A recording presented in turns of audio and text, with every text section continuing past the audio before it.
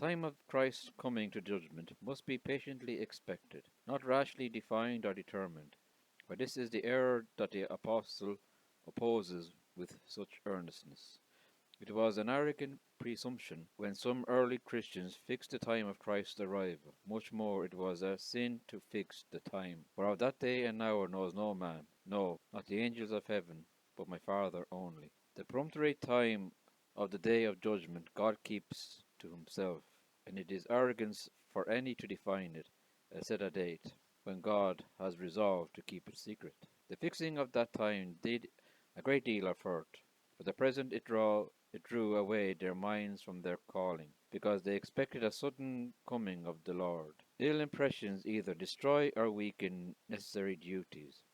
The least error gratifies Satan and the interest of his kingdom, for he is the father of lies. It might shake their faith in other things when their credulity was disapproved by the event, and the gospel might be brought into contempt when the error only was confuted. Many men who have been peremptory in fixing times afterwards have thrown off their religion. More it did but engender strife among Christians.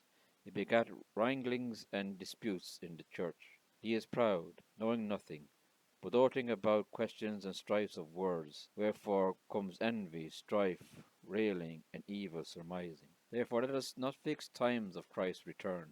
Many of the ancients were too bold this way, and we were apt to it. Lactantius peremptorily said the world would endure but 200 years after his time. So many will fix the time of the calling of the Jews and the destruction of the Antichrist without evident grounds and reasons. What God has revealed is enough to bear us out in our duty and suffering. In other things let us patiently wait. We see reason to do so when we consider how many men have proved false prophets. And yet let us not put off the time and set it too great a distance. Distant things, though never so great, will hardly move us. That which men put off they do in effect put away. They put far off the evil day, and they would not let it come near their minds to have any operation upon them. Look as the stars, those vast globes of light, any reason of the distance between us and them, do seem but as many spangles. So we have but a weak sight of what is set at a great distance, and their operation on us will be but small. The closer things are, the more they will work upon us. One that looks upon what God has revealed of this as sure as and near, he is more affected with it than others are. Therefore set yourselves on the entrance of that world, where you must everlastingly be, and watch and be ready.